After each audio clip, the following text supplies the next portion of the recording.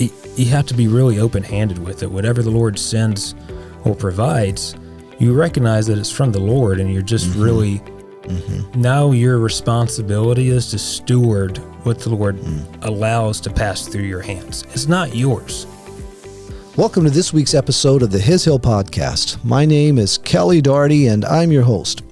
I have with me today a friend of mine from, I was trying to think of it last night. I think we've known each other for, it's about 10 years, I guess. It's been around that, close to that. Longer than that, probably. Probably, okay. And this is a friend of mine that I met for the first time at His Hill. He was here working on summer staff. He came through some of our alumni. They met at CIU, Columbia International University, and then he went on to be on staff at one of the Torchbearers centers, and he's just been around for a number of years and really appreciate it. And this is Jonathan Kuster. Thank you for being here with us, Jonathan. My pleasure, Kelly. It's great. Long-time listener, first-time guest. Thanks for having me. It really is good to have you with us. I'm looking forward to the conversation. Yeah. Jonathan, so you say it's probably been over 10 years. Your introduction to His Hill was through CIU, right? That's correct. Yeah. I don't know how many of the guests or folks on the pod have come through and haven't been at Bible school or Torchbearers. Right. But I am. And so, yeah, I went to school with the McCall boys and Connor, and they talked me into camp one summer. My other plans had fallen through and came, and you were still on staff at that time, and we've kept in touch ever since. Yeah. Yeah, so. Jonathan, we've spent time together in Texas, Louisiana, and Colorado. Yeah, and I'd say Louisiana was some of the more colorful stories. I was thinking of, every time I see you, it's like, seeing you're an old friend, and probably one of my older friends, no offense, and I'm just kidding. But do you remember that time I came through and you were renovating the fourplex? I think about it all the time. Oh, it was horrible. And that thing was in bad shape. And you had a tenant move out. This is your father's place. And you went to go make sure the unit was empty. Yeah. And we knocked on the door and it was not empty. There's a guy in there who he wasn't on the lease, didn't belong there. He was just living. There was no furniture in this place, just mounds of clothes in the corners. And you were like, hey, what are you doing here? He introduced himself. It was kind of awkward. I'm just standing there like I'm your bodyguard or something. And we get ready to leave, and he said he was going to move out, whenever he figured it out. And I'm walking back to the truck as fast as I could. I think my part of this thing's done. And the guy stops. Wait. Can you pray with me? And Kelly turns around. Is like, yeah, I'll pray with you. And so he's like, okay, let's pray. And so you laid your hands on him and dear Lord. And wait. Does he want to pray? And he just looked at me real quick, and he's like, he's not going to pray. He's already prayed. I just walked on back to the truck. I remember looking up. I started the prayer. He stopped me. Wanted to know if you wanted to pray with us. And I looked outside. You're standing. You were looking at me, eyes as big as saucers. I'm not going in there. No, I'm not going back in there. I'm good.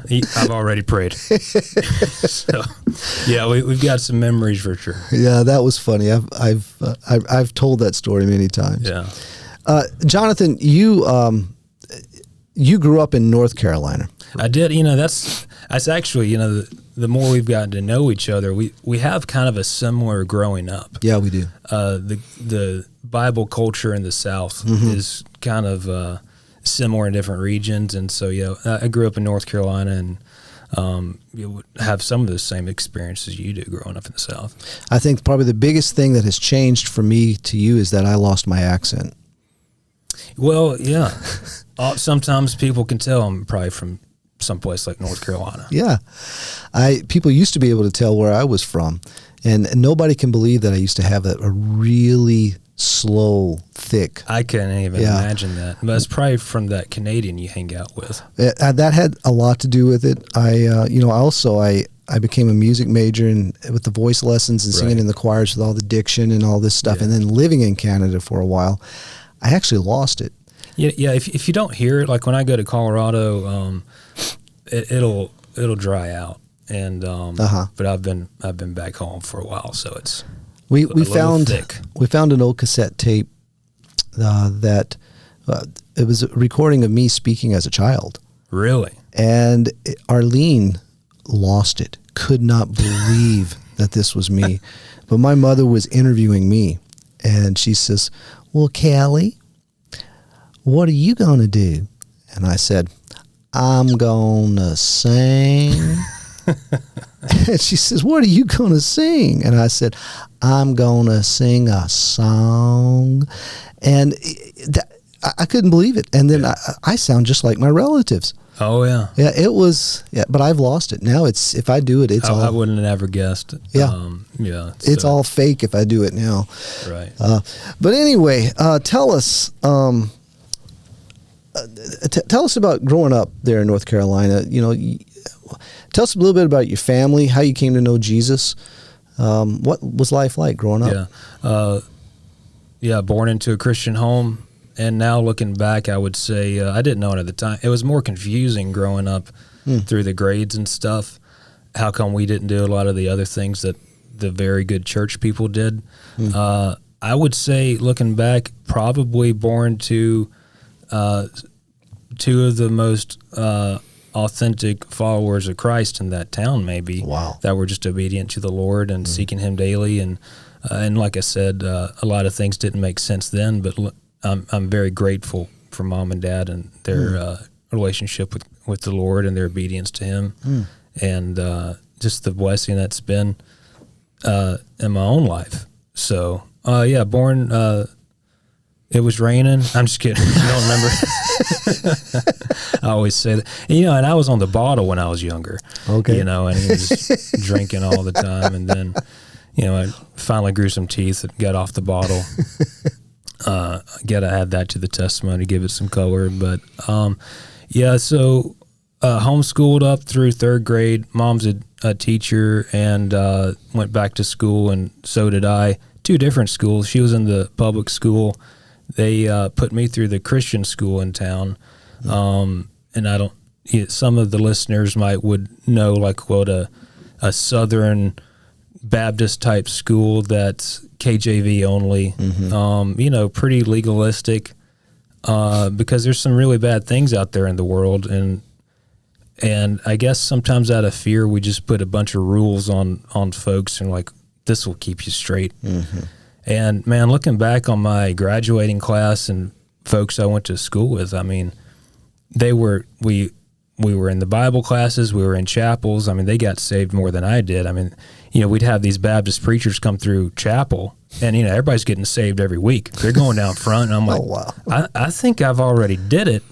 Should I go back down? I don't know. And so that's kind of what I grew up in. But I was going to say that, a lot of those folks, I mean, as soon as they got out, they just kind of fell away. So, it's a sad deal, and that's kind of the story of the South.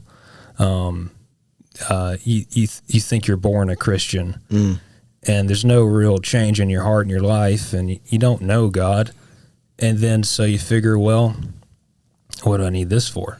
I'm going to go do what I want, and so that's a sad deal. Christian school, all the way up, and good church at the time. Very involved in church. So, I should tell you, I got to know Jesus, and Dad led me to the Lord. I was 5 years old. I know some people can't remember, but I can remember. He led me over the course of a few weeks, not weeks, probably days, explaining to me the gospel, laying the foundation, the groundwork, and I loved it. I was like, God, this is interesting. I was just a little guy, just before bed every night. And then on the last night, I didn't like that, because he said, well, that's it. Now you know. This is between you and God. But the punishment for sin's hell. You need to figure this out and do some business with God. I can't do it for you. And he walked out of the room. Wow. And I'm sitting there and I'm like, oh boy, I do not. And you're 5. Yeah, I'm 5 years old. And it was kind of a scary thing of having to talk to God myself, and Dad wasn't there. And I did, and it was great. Wow. And it wasn't scary, and there was peace. And immediately, and then I can remember the first time I sinned. I was riding out to the county landfill with my grandfather and my uncle. They were, he had a concrete business, and I think he was throwing out old concrete forms or so. There's some 2x4s in the back of the truck with a nail in them. I remember that. And we got out. On the way to the dump, we had to stop at a client's house to pick up a check. And they had a dog, and I got out, and that dog was jumping all over me. And so I'm thinking this is really close in time frame with me becoming a Christian, because I'm the same age in my mind. And so this dog jumped up on me and scratched my eye, like right under my cheek. They didn't notice. They were talking to the client. We got back in the truck, went out to the landfill, and Pop said, "Stay in the truck, you'll get hurt. Stay in the truck, don't get out, you'll get hurt." Well, I'm one of the guys. I'm going to get out and help. So I got out, and one of those 2x4s sticking off the back of the tailgate caught me right under. I messed up the story again. The dog didn't scratch me. I got out of the truck and walked under this 2x4. It scratched my eye, and I got hurt. I was right. He was right. I did get hurt. So I ran around, got back in the bench seat of the pickup, and then we went to the clients. Yeah, I messed up this story. Sorry, guys. To get me on part 2. And then they saw that jumping dog, and that's when they saw my scratch, and they said, "Did that dog scratch you?" I said, "Yeah, it was the dog." And they're like, "I can't believe that dog scratched you. Let's go." And later that night, I just had the worst day ever. I'm sitting in my room at the old house, and I'm feeling sick. I lied. I didn't know what was going on. This conviction in my heart, didn't understand it. And finally, Mom's like, "Well, what's going on? Are you okay?" So I just lost it, started crying. I said, I told her the story. Pop said, "Don't get out of the truck." I did. It scratched my eye. Because I think they're all treating it like this dog wound. And I just couldn't take it anymore. Oh, maybe he's got rabies. Maybe we need to go, give him something. And he might need to go to the doctor. It's a pretty bad scratch. And meanwhile, I'm like, it wasn't a dog. It's my own fault. I sinned and I lied. And then she's like, "Well, you need to pray and ask God to forgive you of this lie. And then you need to call Pop and ask his forgiveness." And I did. And I don't know why I remember that clear as day. But if you ask me, that's the first time I remember sinning. Yeah, Christ living in you. Yeah, communicating. Through His Holy this Spirit. Conviction thing is it's a real thing. It's a wonderful thing. It's a good way to establish guardrails in life. You start feeling some conviction, and you're like, well, you can either stop and turn back to the Lord, because if you don't, it's just going to get worse. And if it's, I don't know. That's a pretty deep subject there, but so that's kind of how I grew up. Yeah, good church, and pretty involved. Dad was on staff with church, and so we were there all the time, and youth group and all that. I'd say growing up years, the body of Christ was a big encouragement and big part of my story, being part of that, and good community. What kind of interests did you have? Horses, man. Yeah. Horses and trucks. Okay. I just didn't have any money, so I didn't have either. But got a horse early on, was able to, I don't know if cutting the yard all that time actually saved that much money, or if uncles and grandpa and everybody was able to make it happen. But I got a horse pretty early on, and that kind of was good because it was a natural, talk about sometimes is like, the horse thing, you either got it or you don't. Okay. With horses. And there's people who are born just loving horses, and there's people who just don't. And I'm one that do. And it's just like, I can't explain it. I always had that horse bug. People should understand you and horses a little bit, that you train horses. Yeah. I used to get bucked off a lot.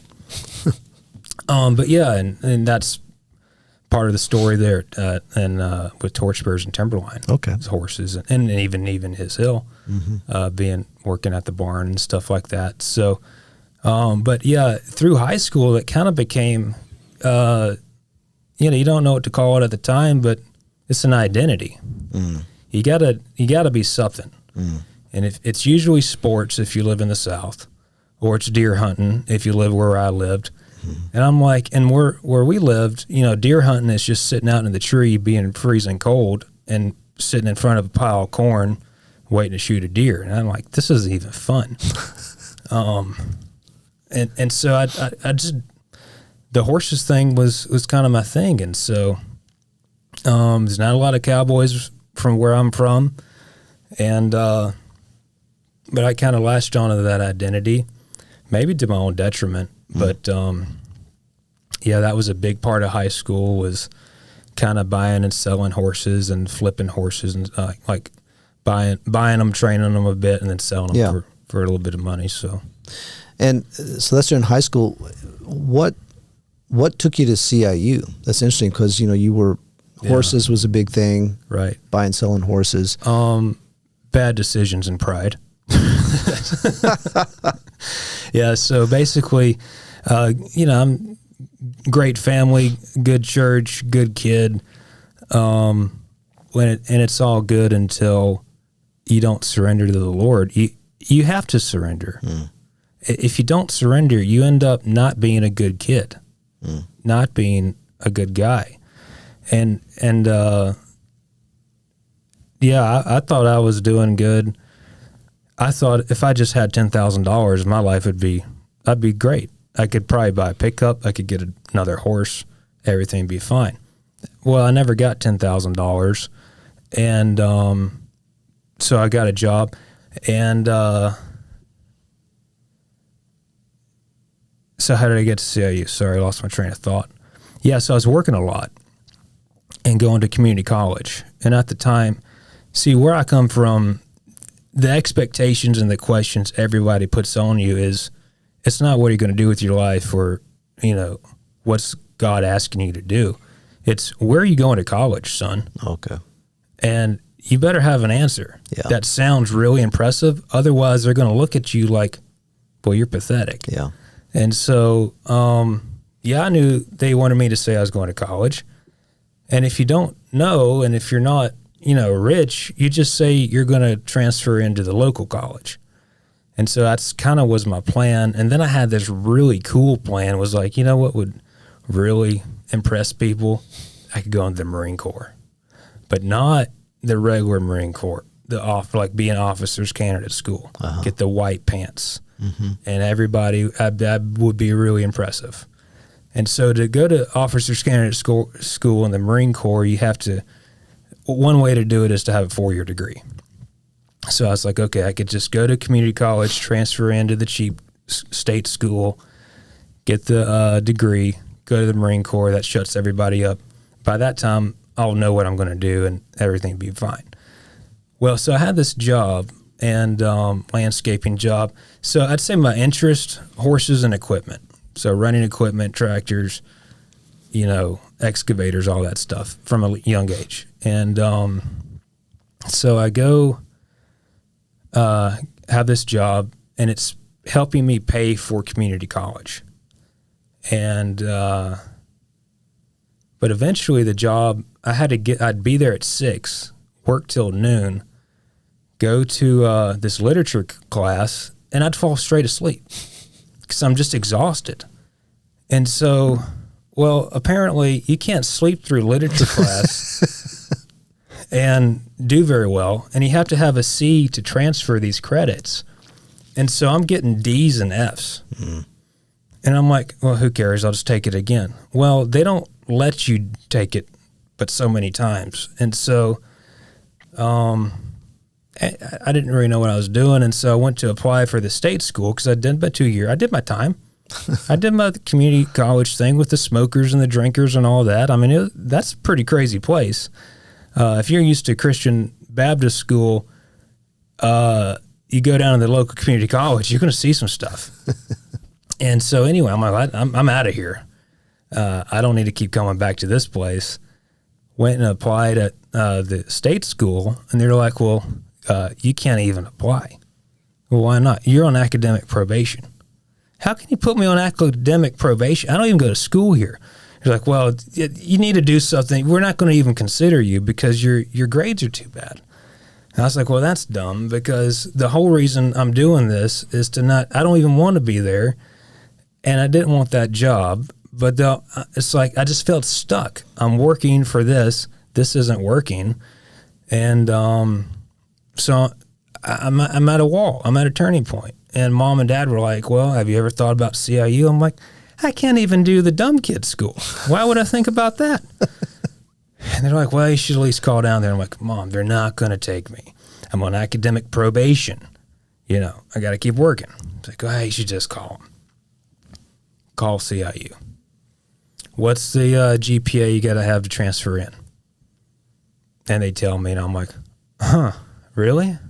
So you'll just let anybody come down here? Like, oh, pretty much. And so, I was, my own pride and dumb decisions led me to CIU. I was kind of out of options. And Mom and Dad had met at CIU, big CIU family and all that. And so I checked it out. And I'm like, well, if you can't do the secular thing and be very impressive, the next best thing is to be really spiritual. I'll go to Bible college.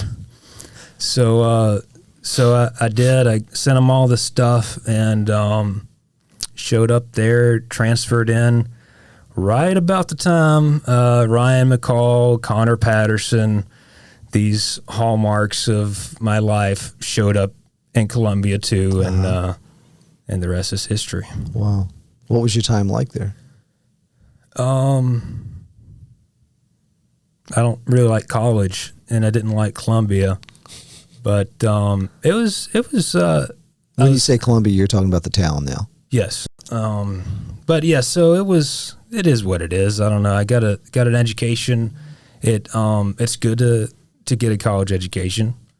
I'm glad I went. I was talking to Ryan recently. He's like, yeah, I'm glad I went. And, but I'm glad for those friendships with those guys. And so we were on the same hall, Michael McCall, Ryan McCall, Connor Patterson. I wasn't actually on the hall. I was still working the angles in life, didn't want to take exactly what the Lord gave me. And so instead of just rolling the dice and getting a roommate, I worked this deal because they had remodeled the dorms. And every dorm hallway had a janitor's closet in the stairwell. And during the renovation, they're like, we should just make these single rooms. And so you could get a single janitor's closet bedroom for the price of two, the price of a dorm with a roommate, so a price of a double. And so that was my deal. So I got a good rate by myself, but I wasn't in the hall. I was in the janitor's closet. So, so you finished up there. Talk a little bit about your experience with Torchbearers. It initially started here at His Hill. Right. So, yeah. So at the time, I'm a communication major, business minor, needed an internship. And I had done some marketing stuff with a concrete company back home. My second summer at college, I was going to do another internship we were raising grass-fed beef, grass-fed cattle at the time. And that was kind of before it was really cool like it is now. It just wasn't going anywhere. And so I was trying to set up this internship, and everything fell through. And it's like May, and everything's falling through. It's just not coming together. And the boys, Connor and the McCall boys, they're just like, you should come to camp. We need counselors. I'm like, All right, well, how much does the job pay? $25 an hour? No, a week. What are you talking about? And so I'm like, there's no way I can do that. You know, I've got to make some money here, and that doesn't sound very important. I just can't do that. And then as time went on, I'm like, I'm kind of out of options here, and that's better than nothing. And I was like, well, so this camp thing, I don't remember who I asked, but probably Ryan, because I think Michael was getting engaged or something, and I don't think he was at camp that summer. No, he was still in Columbia maybe. And so they were like, well, they've got horses. I was like, oh, well, you didn't tell me they had horses. And so even through college, I was working at this barn at the YMCA doing trail rides. I had a saddle in my dorm room, and that's how big of a deal it was to me. So I was like, oh, they have horses. So I was like, well, you know, are they good? And they're like, well, we don't know. We just know that we have them, and you can come. So I was like, well, I want to talk to the guy. It's like, all right, well, you can call Mark. I was like, well, who's Mark? He's like, you just need to call Mark. So I call Mark, and I don't remember what we talked about, but I basically mailed my saddle and all my gear down to his Hill office in a dishwasher box, because I'd been around some bad facilities that didn't have good equipment, and I didn't want to take any chances all the way down here in Texas. I shipped all my stuff down here, and then I got here, and it was great. I mean, the equipment was great. The horses were great. They had a pretty young herd at that point. It had just the barn manager position had just kind of changed hands, and so, I mean, everything was just top notch, and it was a great summer working down here, and I learned a ton. And it's like, yeah, it all kind of came together, and it kind of set up the whole next phase of the career, I'd say. Okay. Which was? Well, so after that summer, working with Mark every day, I was like, so if it was you, where would you go from here? What's next after? So what would you recommend I do? He said, well, if you like the horse thing, you should really check out Wind River Ranch in Colorado, and call Nick Harold and go work for him and work under him. And so I looked up Wind River Ranch in Estes Park, Colorado, Christian dude ranch, and fantastic horse program up there. And then while I was doing it, so this would have been going in the senior year of college. Mm-hmm. That's why I was looking for jobs. I was looking for what was next. And applied for a couple of different ranches. Some paid more and some paid less, and got offers on all of them. The key thing that happened at His Hill that summer was we all got CHA certified. Mm-hmm. Certified Horsemanship Association came down. Mark hosted a clinic here at the Hill.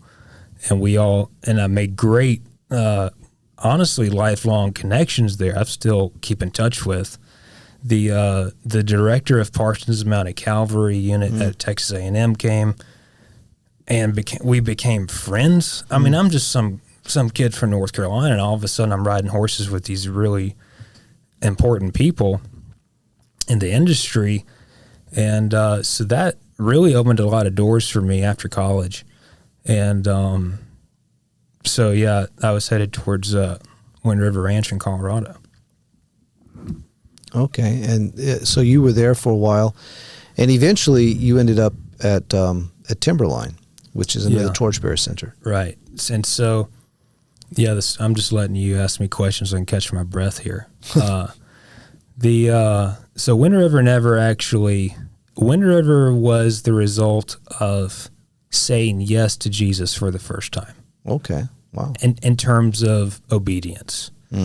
And so watching Life at the Hill, being part of camp, and learning that, like, this is your life has been bought by Christ. It's his life. He lives in you. You should just get out of the way. And so I went back to Columbia. I'm in my dorm room, and I'm just at my wit's end. I'm like, well, which job am I supposed to take, Lord? Which one is your will? And I got these 3 offers. One pays this much, one pays this much, one pays this much. And I'm like, Lord, I don't know what to do, but I'll go anywhere. And I remember saying that. And then the peace that I had of like, I'm going to Wind River. Okay. I'm going to do that. I'm going to go to Wind River. I'm going to work under Nick, be discipled, and whatever happens next, I'm good with, because it'd be from the Lord. And so I didn't even fully graduate. Well, I graduated, but it all happened so fast. I never quite went home. I pretty much went straight to Colorado after graduation. Okay. And drove out there and was real excited about it. I'm missing a piece here. I had gone out and over spring break to Colorado. I'd said, Lord, whatever you want, I'll do it. And I went to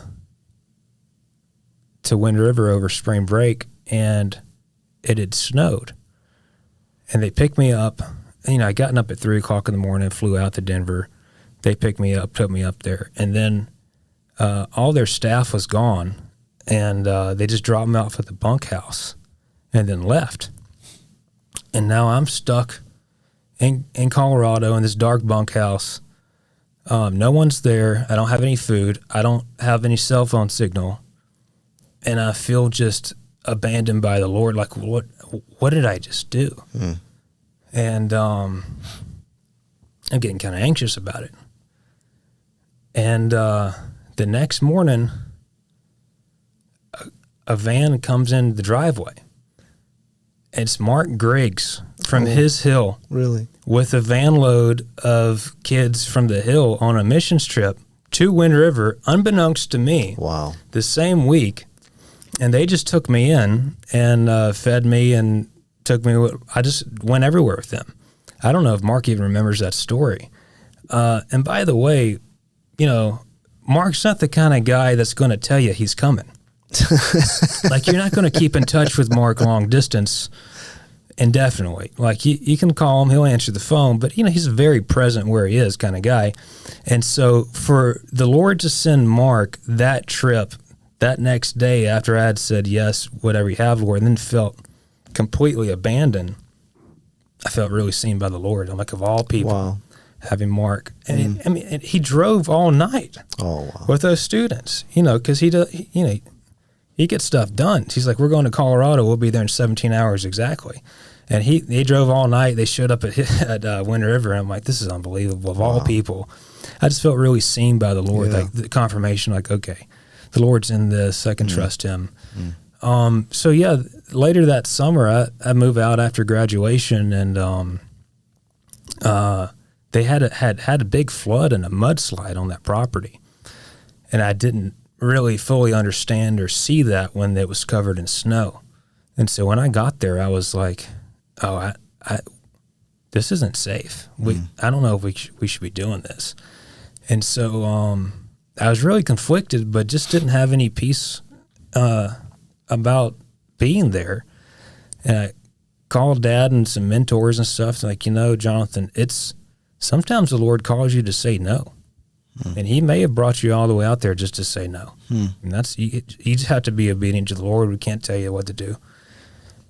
And so that was a hard decision, but I said, I turned it down. I said, you know, I don't know why, but I just don't have peace about this summer. And they're very understanding. They're like, you know, we understand it's, you know, the flood really did a lot of damage here. It was a big flood. Yeah, catastrophic. It was a 100-year event. Yeah. So it washed out 3 highways. That whole story in itself is crazy. And so for a few days after that, now I'm in Estes Park with everything I owned in my car. And I met with Clint Friesen, who had been on staff here. He was living in Estes, and he met with me and encouraged me that, you know, there's other stuff out here. Don't get discouraged. Seek the Lord. And so I'm walking and took a hike. I was like, well, I might as well make the most of Colorado. So went hiking in the park Rocky Mountain National Park, and I get a phone call from a family friend from back home that I hadn't talked to in years. I said, I hear you're in Colorado. Are you available for this job? And I asked him about it, and yeah, it was a flood recovery excavation job in Estes. And it was just straight from the Lord. It checked all the boxes. They needed somebody who had a college degree, that knew some stuff about heavy equipment and trucking, and that would work for a very reasonable price. I mean, I was willing to work for free. That's reasonable. Yeah, it was a great deal for them. And so, I did that. I said yes to that. And the crazy thing is, all those guys I would have been working at Wind River with that summer eventually came to work for me full time at this other ranch. And that deal lasted for several years. Wow. Okay. I don't know. Did we ever get together when you were at Ravencrest? I don't think we did. I think it seems like I have a recollection of us bumping into each other in the conference hall there. Like I was teaching or something. You came up for the evening, and we kind of bumped into each other. Yeah, I remember getting together with Charlie while I was over there. But we spent a lot more time together when you were at Timberline. Yeah. So after Estes, that kind of wrapped up. That was another thing of like, when it's ready, when a season's coming to an end, the Lord will make it clear to you, like, okay, I need to move on. And so the next thing, I think I'd come back to the Hill to visit camp, and Michael was telling me, he said, well, what are you going to do next? I'm like, I don't know. So, well, if you like Colorado, you should check out Timberline. I was like, what's Timberline? It's like, well, it's like Ravencrest, but it's on the other side. I was like, oh, okay. And sure enough, on the other side of the hill from Ravencrest, there's this place called Timberline Lodge, and it's a Bible school, Torchbearers. And so I came on staff with Timberline as their operations director, manager, whatever, and had a lot of similar connections with the director there and some of the staff that had grown up in Estes. We knew a lot of the same people as in the same church, so the references checked out. And so I went on staff with Timberline, and again, when I got over there, I felt like, was this the right move? Because it was a lot of details weren't quite comfortable. They didn't have a place for me to live. Okay. Like, we really want you to come, but we don't know where you're going to stay. We hope that the guy who's got this ranch next door with this empty barn loft might let you sleep up there, but he hasn't said yes yet. But you should come on. So I went on, and the guy did let me sleep in the barn, and but still, I'm feeling kind of shaky about the deal. And I think it was only 2 or 3 weeks later, it's the America's Summit happens to be hosted by Timberline Lodge that year. And so Charlie and Patsy come, and they're part of the EC, so they come a week early. And I think Charlie's teaching. So Charlie was there 3 weeks of the first semester. Wow. And I just felt so seen by the Lord again that, like, of all people to comfort you in a new place, Charlie McCall. Yeah. And he's like, well, you should just do it. So, it'll be fine. And so that was really fun, being able to host Charlie at this Bible school. And for whatever reason, providence of the Lord, I have a seat at the table at this America's Summit because I'm an operations guy for Timberline, and so I'm in all these meetings and stuff, and I'm like, man, Torchbearers is really rich with good men who love the Lord, and I'm just soaking it up.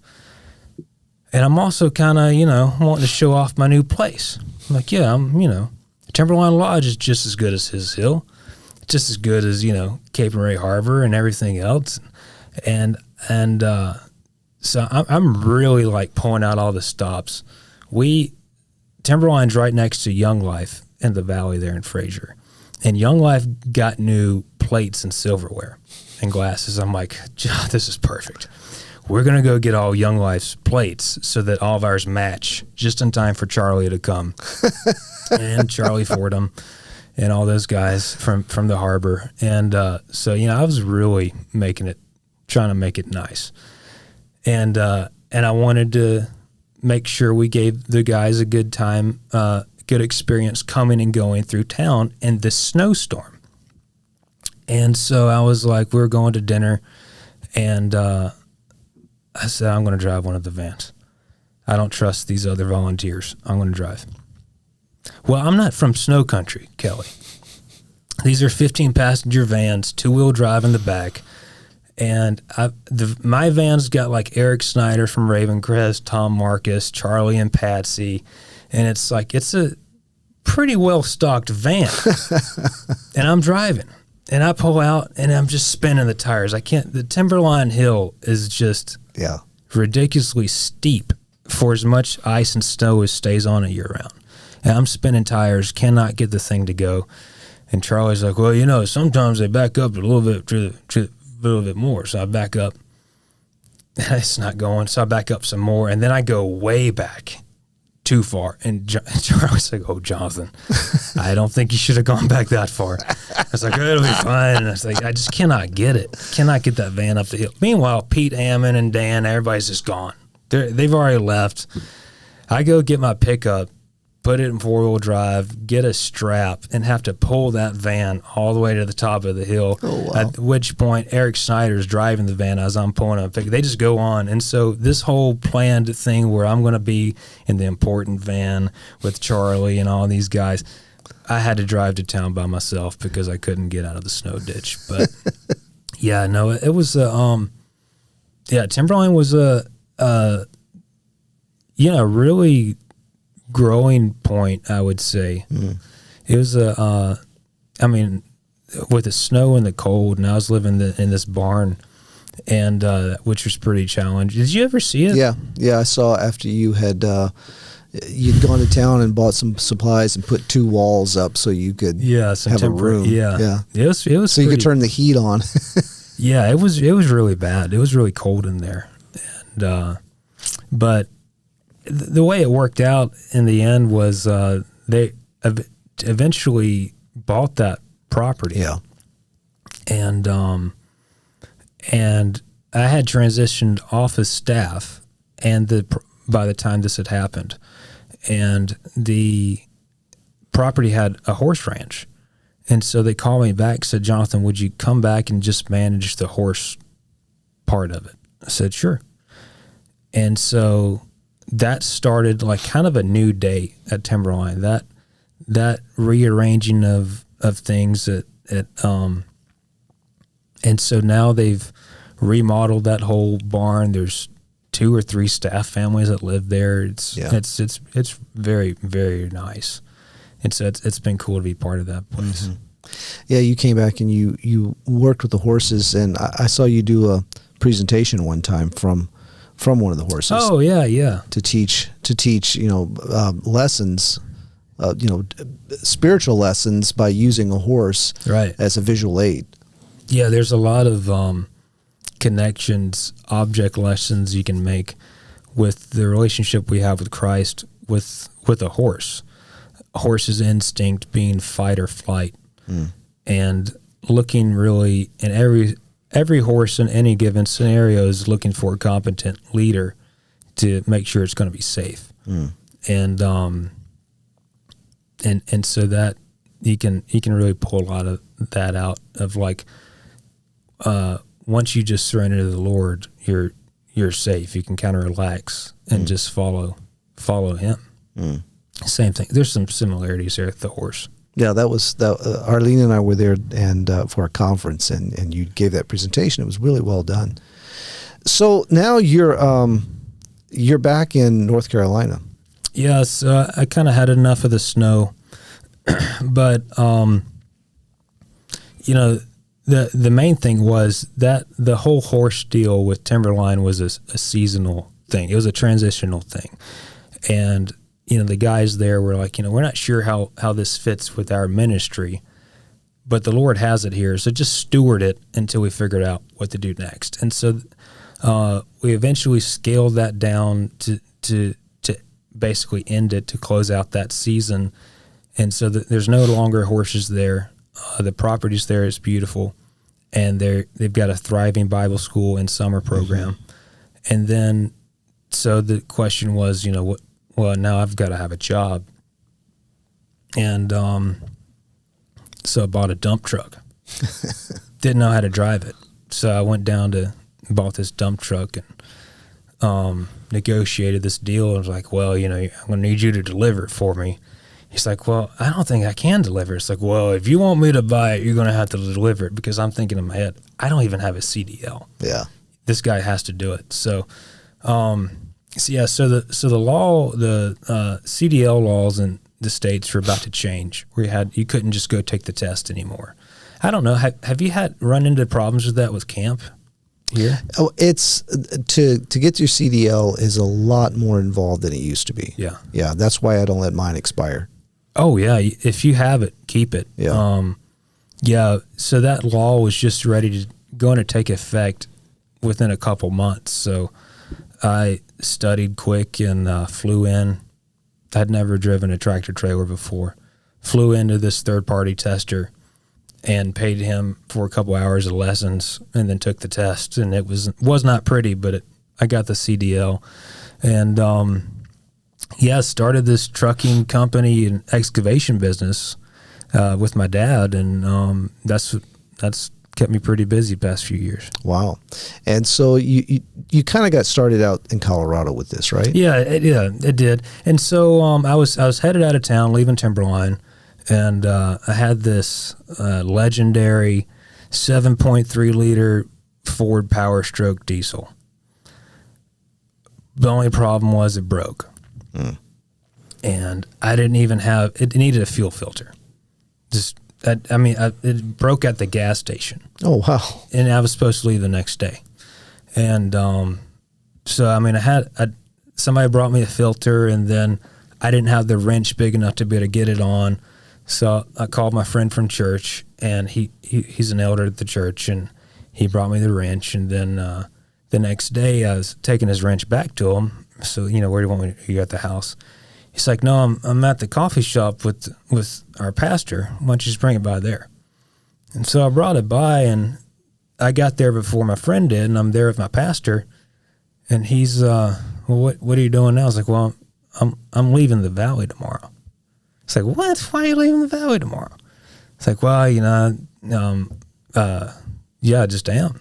And he's like, well, and then my friend comes, and I'm just sitting there quiet, and they're talking. And my friend's he's an excavator, and he's got this big problem, this big project coming. He's got like 80 or 100 loads of dirt he's got to move, and he doesn't know who's going to move it, because this is in the boom right after COVID.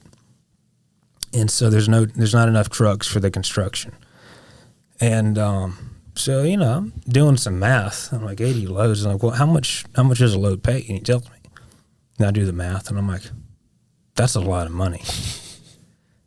And I'm like, and so if I bought a dump truck, would you pay me that? Oh yeah, at least that, and probably more, because there's all kinds of work. And so I go home and get on Facebook Marketplace. I'm seeing these dump trucks. I'm like, these old ones are pretty cheap. And I'm like, so I was like, I should buy a dump truck and do that for him. And that's kind of how it started. So the first summer I was in Colorado, and then, it's pretty seasonal. Once it snows, there's not a lot going on. And in the meantime, we were getting a truck ready back on the East Coast. And to answer your question, that started in Colorado, and the past few years we've been transitioning more and more back east. Okay. And you and your dad are doing this together. Right. And so you have a trucking business and excavation. Right. Okay. Have you had opportunity to minister as a businessman? Yeah.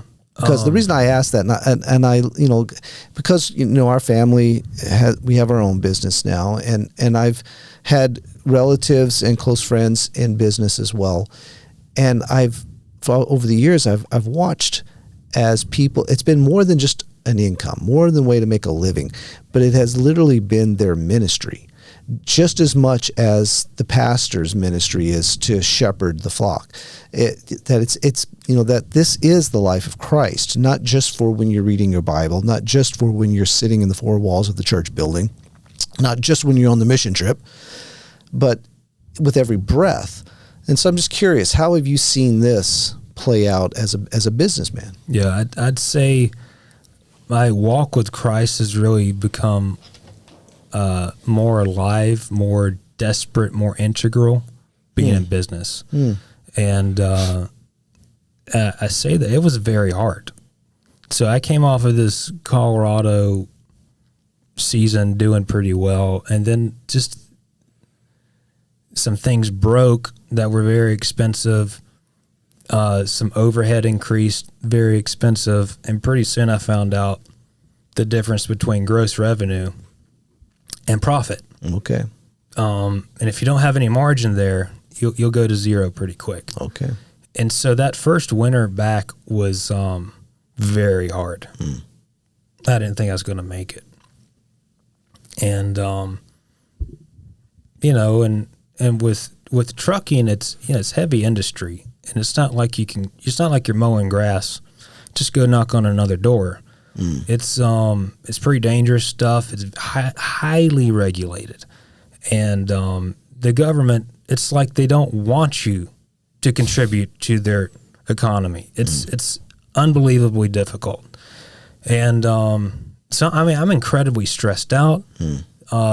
The bills are coming in. I'm going to zero. I don't have much income coming in, and I'm just turning to the Lord like, Lord, I literally cannot. So help me find a job and help me be able to make enough to pay these bills, and then we'll just call it quits. Well, he didn't give me a job.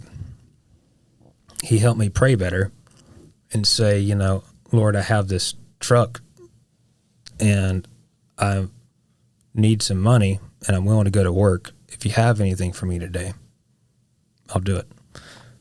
And then we got some work, and pretty much just one contract in town.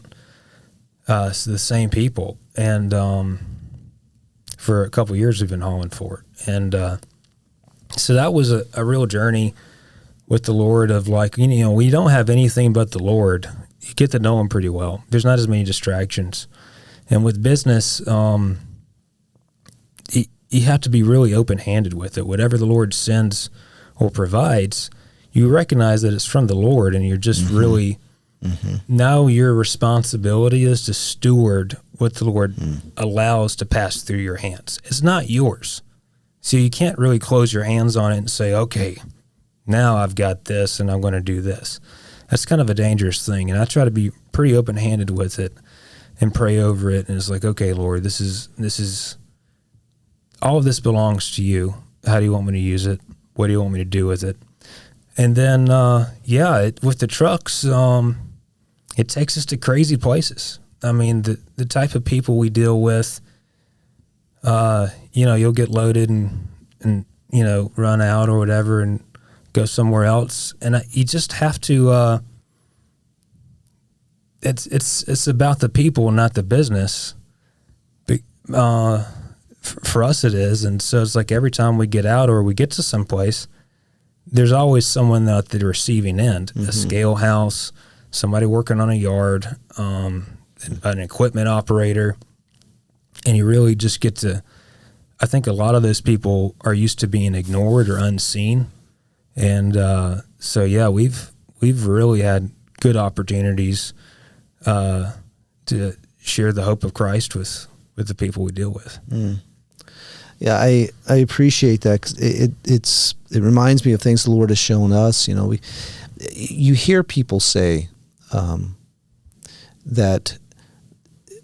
Well, first of all, you look, our family, we look at our business, from what you're saying, you look at yours, and, you have to be careful to not start to think that any of this depends on you or that you have built any of this. Yeah. And you'll hear people, non-believers who are in business, you'll often hear them say that it takes a lot of luck. Yes. And, as believers, we understand it's not luck. It's the Lord's goodness. Yes, it's the provision of the Lord. Yes, yeah. Absolutely. And I believe that's for even the non-believer. Yeah. God is providing for them because he's a good God and he gives what is good. So anything that's good in our life, it's from him. Yeah. James tells us this, that he's the one who gives the good. Yeah. And it really, for me, and my family would say this too, and I'm hearing you say it too, is that the lesson that the Lord teaches us with this, and I believe will teach anybody in any situation that the Lord has them in, is that this is his business. He will take care of it. Now trust him and obey him. Right. Be, like you said, be a good steward of this. Yeah. And that means respond to him. Yeah, and you have to keep it focused on him and his word. And I mean, the past couple of years, Matthew 6 and then Proverbs 3. Matthew 6 being, look at the birds of the air and the flowers of the field. And is how much more you of these, if it's your Father, takes care of them. And don't worry about tomorrow. And today has enough worries of its own. And so that's one I come back to often. And then Proverbs 3, don't lean on your own understanding, and honor the Lord with your first fruits. And so, yeah, I mean, anybody out there looking to start a business or that's in business and maybe having some anxiety, look at those passages. I mean, just over and over again. It's good. Get it into you. It's like with Proverbs 3 also, bind it around your neck. Don't let kindness and truth leave you. And so that's kind of what we try to do, is keep the Lord first and foremost, keeping our eyes on him. And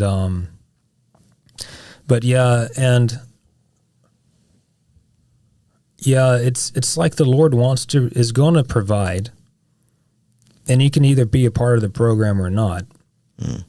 And business, I think, it allows you to be part of something bigger than yourself, because you get to decide who your vendors are going to be. So not only, you can't always decide who your customer is going to be. At some point, you just have to provide your service or your product, and they're going to pay you. But once they pay you, well, where are you going to get your supplies from? Yeah. Who are those people? Who needs this? Who needs an opportunity? And so it almost, and then you can give with it too. And so there's a lot there. I don't know it all. I do know that I started my business at the same time as another guy, a friend of mine, who doesn't know the Lord fully, maybe saved, maybe not, but very much so in what they call hustle culture, of like the self-improvement or the, build a business quickly. You can make $1 million, run Facebook ads, buy, sell, whatever, and just chasing the American dream. Well, I'm not trying to chase the American dream. I'm just following Christ. Christ has led me this far. And it's a stark contrast. When we started our businesses, we would talk a lot. We kind of cheering each other on. But after the first year, we started growing apart, because he's chasing the world in a number, and I'm simply being obedient to Christ. And I don't know what the number is going to be. It's just obedience. Yeah. And that's hard to explain to other people in business, because they're looking at, well, you can grow, and you can just go turn on the Facebook ads. You'll get rich. And I'm like, that's not what it's about for me. And I like knowing that whatever the Lord sends, I didn't cause it. Like, I like not being responsible for it, in other words. It's like the work that the Lord provides, it's not because I caused it to happen. And that's been very freeing, a lot of peace. And what you're saying, from it transitions, out of business into, being the employee, right. or whatever walk of life we're in, is that the same truth always applies. That's why we call it truth. It does transcend. And, this is nothing in this life is up to me, but I am simply to respond to the one in whom it is up to. Right. And walk with him, trust him, be obedient, trusting him. And that's, and you find that as you do this, and you were touching on this too, is that your life starts to become about others. Right.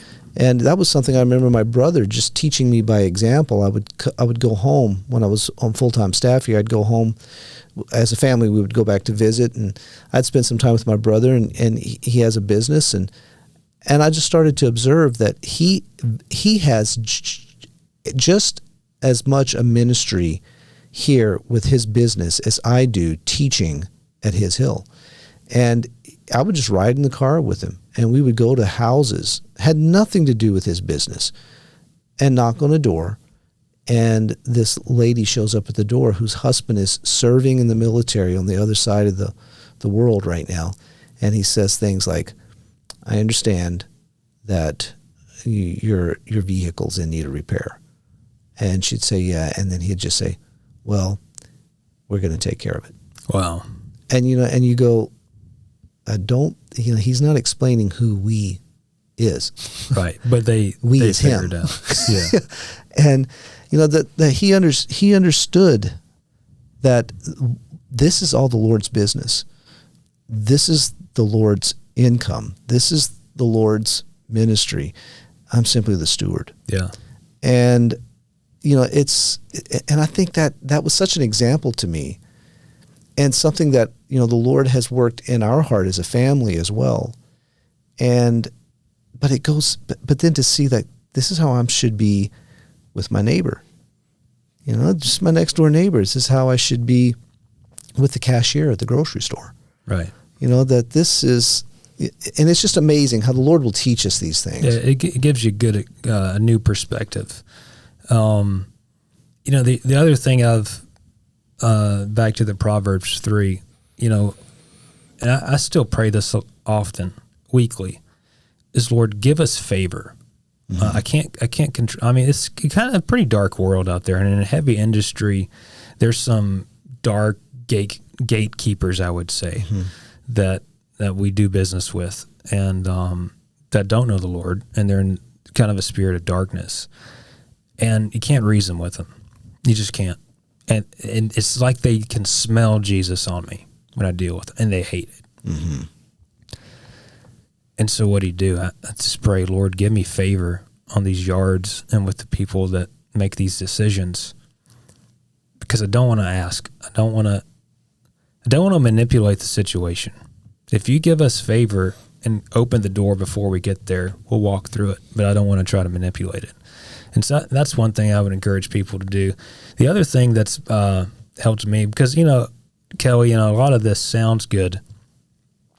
And then, because I'm a long-time listener of the show, and it's been very encouraging to me. And as long as the podcast is playing, I'm like, I get it. And then the episode ends, and you're like, well, how does this apply for me today? How do you do this? And this is going to sound crazy, but for me, I found that by not borrowing money, it's really clear to know if the Lord wants you to do something or not. Okay. So this is back to my friend who started his business and bought all this equipment on credit because it was a good deal. And I'm like, if I was in the same boat, I could have bought that stuff too, because it's brand new and Caterpillar and Bobcat had a good deal going, no interest for X amount of months. I'm like, well, does God want me to buy this equipment, or does Caterpillar want me to buy this equipment? And I just chose, we're not going to borrow money. And so if we don't have the money for it, we're not going to do it. And I would say to anybody listening, if you're, at a crossroads, not knowing what to do, not knowing how to proceed in life, whether it's business or personal, trust the Lord over like a quick loan.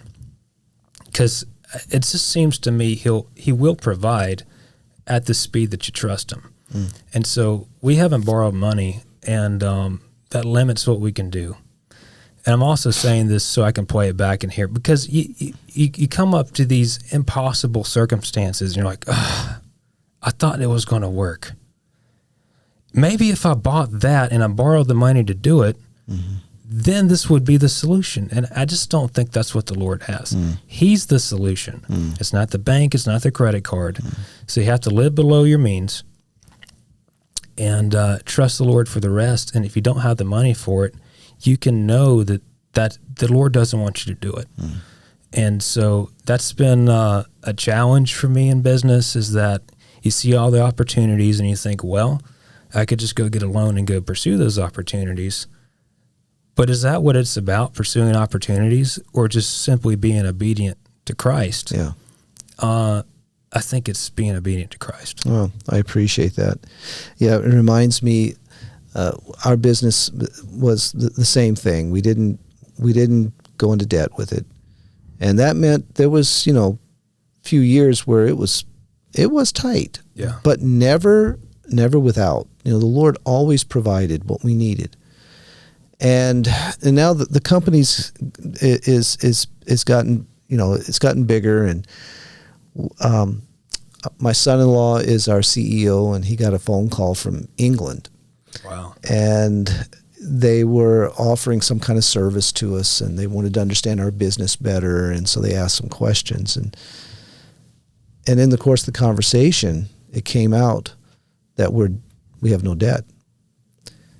And this conversation stopped. And the guy on the other end just asked the question, wait, what? Yeah. How can you be where you are if you didn't go into debt? And it gave Tyler, my son-in-law, the opportunity to just explain some things. Yeah. This is how we go about it. This isn't ours. Right. This is the Lord's. Yeah. This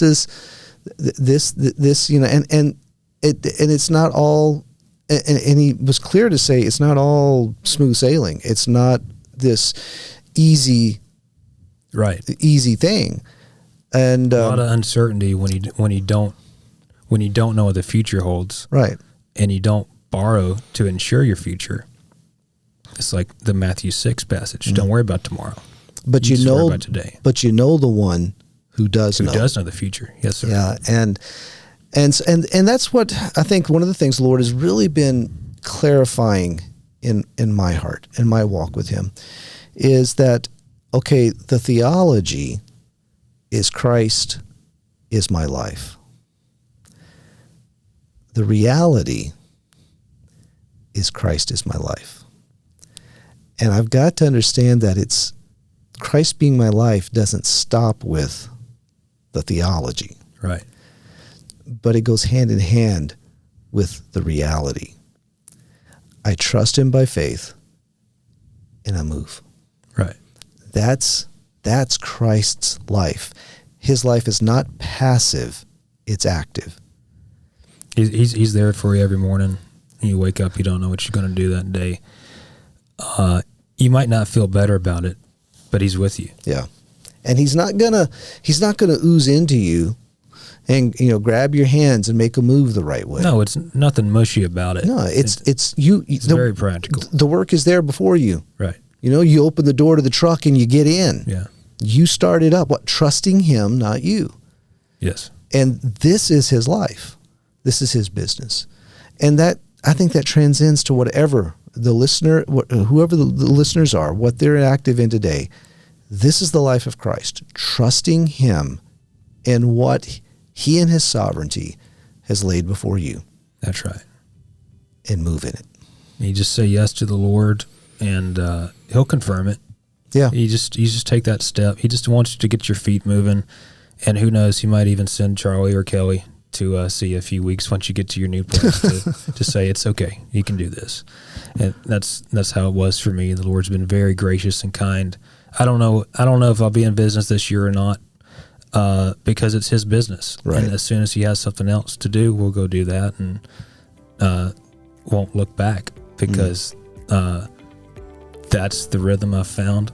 Found a lot of freedom in that, and I found Jesus in that, and that's what we're trying to pursue. Amen.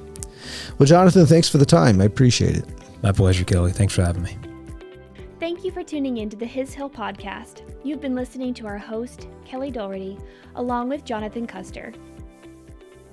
The Winter-Spring 2026 term began yesterday with all of our students returning to the Hilltop after a 3-week-long winter break. We have 8 new students joining us this term from around the U.S., Canada, and Germany. Please keep us in your prayers as this semester unravels, that we all would press on to know the Lord and hide His word in our hearts. Thanks again for tuning in to the His Hill podcast today. Remember to keep your eyes fixed on Christ. I'm Lizzie, and we'll see you next week.